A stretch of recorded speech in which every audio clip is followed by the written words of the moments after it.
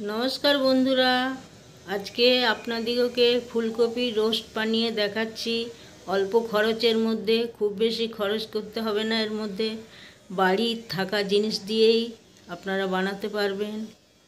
एर जोन्नो नियेछि एई जे टाटका एकटा फुलकपि, दुटो काँचा लंका, एक टुकरो आदा, दो तीन कोয়া रसुन, एकटा पेঁয়াজ,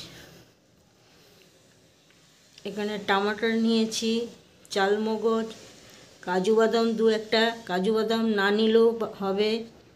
এখানে সাদা সর্ষে এক চামচের মতো, জিরে আর এটা কাশ্মীরি লঙ্কার গুঁড়ো। এবার এগুলো আমি পেস্ট করে আনছি, এনে আপনাদেরকে তৈরি করে দেখাচ্ছি। সমস্ত মশলাগুলো একসঙ্গে দিয়ে বেটে নিচ্ছি।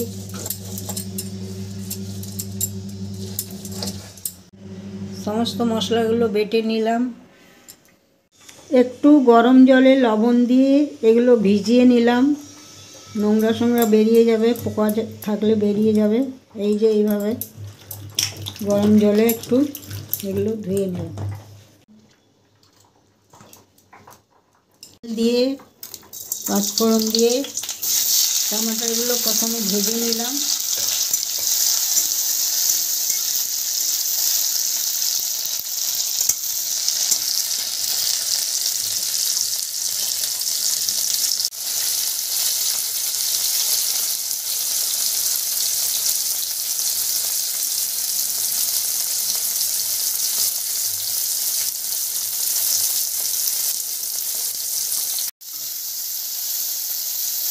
একটু বেশি করে তেল দিলাম। এবার কপিগুলো এর মধ্যে ভেজে নেব, একটু বড় বড় করে কাটবো। এটা আলু ছাড়াই তৈরি করব।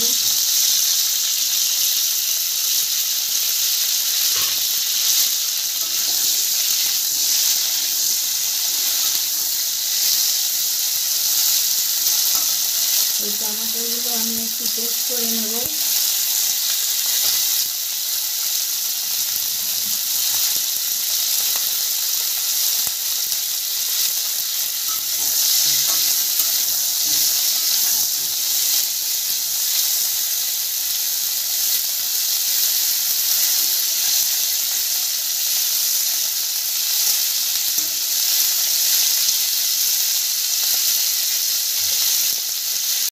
পেস্ট করতে পারেন, আপনার মিক্সিতেও পেস্ট করে নিতে পারবেন। এইভাবে টমেটোটা পেস্ট করে নিলাম। লাল লাল করে ভাজা হয়ে গেল, এবার এটা তুলে নেব।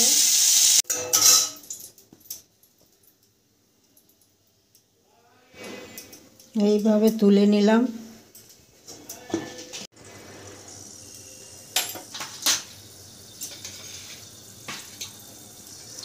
এবার কুচো লঙ্কাটা দিয়ে দিলাম।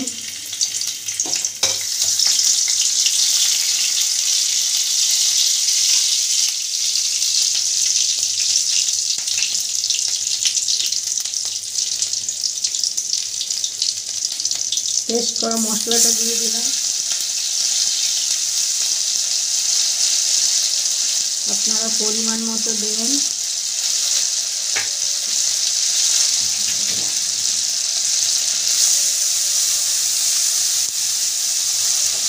এবার স্বাদ মতো লবণ দেবেন,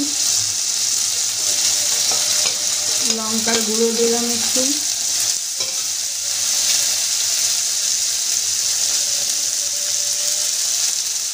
স্বাদ মতো হলুদ দেবেন, এক চামচ হলুদ দিলাম।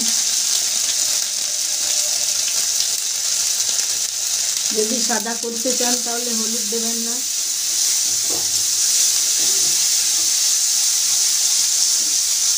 এইভাবে মশলাটা একটু কষিয়ে নিলাম।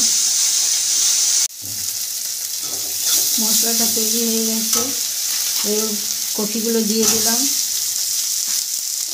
সামান্য একটু জল দিয়ে দেবো, সামান্য প্রথমে একটু জল দেবো, মশলাটা পেস্ট হয়ে যাবে। এবার নেড়ে দিলাম এটা।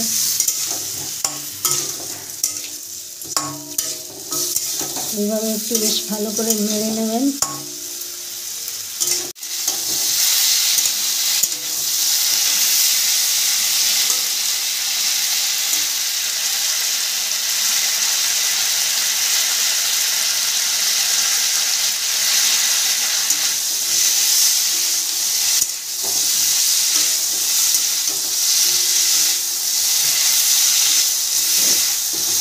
এটা সুগার পেশেন্টদের পক্ষে খুবই ভালো, এতে আলু পড়বে না।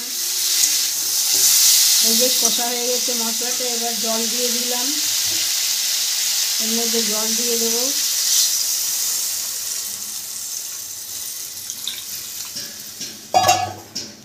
জল দিয়ে দিলাম, এবার 5 মিনিটের মতো এটা সেদ্ধ হতে দেব। সেদ্ধ হয়ে গেছে, এবার টমেটোর পেস্ট করে রেখেছিলাম ওটা দিয়ে দিলাম। এবার খানিকক্ষণ এটা একটু ফুটিয়ে নেব, অল্প একটুক্ষণ ফুটিয়ে নেব।